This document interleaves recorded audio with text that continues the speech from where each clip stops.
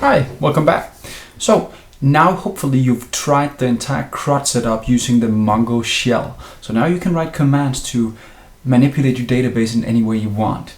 Now I want to show you, if you don't want to do this shell, if you want to use a tool on top of Mongo, just like we have Management Studio for MS SQL or the Workbench for MySQL, well, that's also out there. There's a lot of tools out there. I've been very fond of one called RoboMongo, but that seems to be out of date right now. It can't run with the newest database. So I went in and I found this guy instead. There's a free version. That's the only reason I chose this one compared to all the other. If you move down, there's a community edition. So in here I can actually go in and say download the Windows version, and I've already downloaded this and installed it actually, but I just want to show you, I pretty much just use the default installation here. So I accept, and I just do English and then follow the default, accept the terms. You can read those if you need to, and use the default setup the entire way and press install. This takes a bit of time, so I don't want to do it now because I already installed it.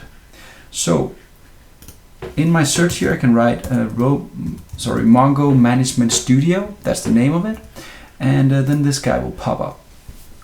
Now, I don't have any connection yet, and actually right now I shut down my Mongo database. So let's start off by running the Mongo database by writing mongodb inside the binary folder of my Mongo setup. And notice that the connection is waiting on port 27017. That's important, so we'll use that to connect from the Management Studio.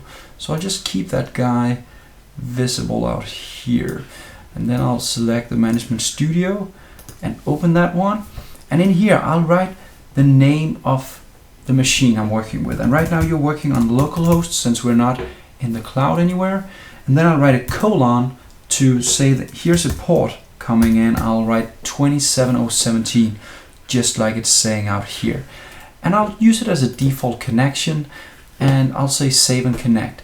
I don't have any username or password for mine, so that won't be necessary to set up.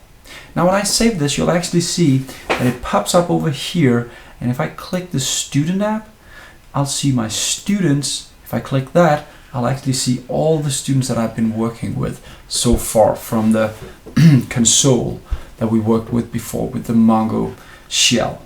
Now, if I want to add a document now, I can just press add, right? And in here I can now add a name, add a new guy here called, the name should be,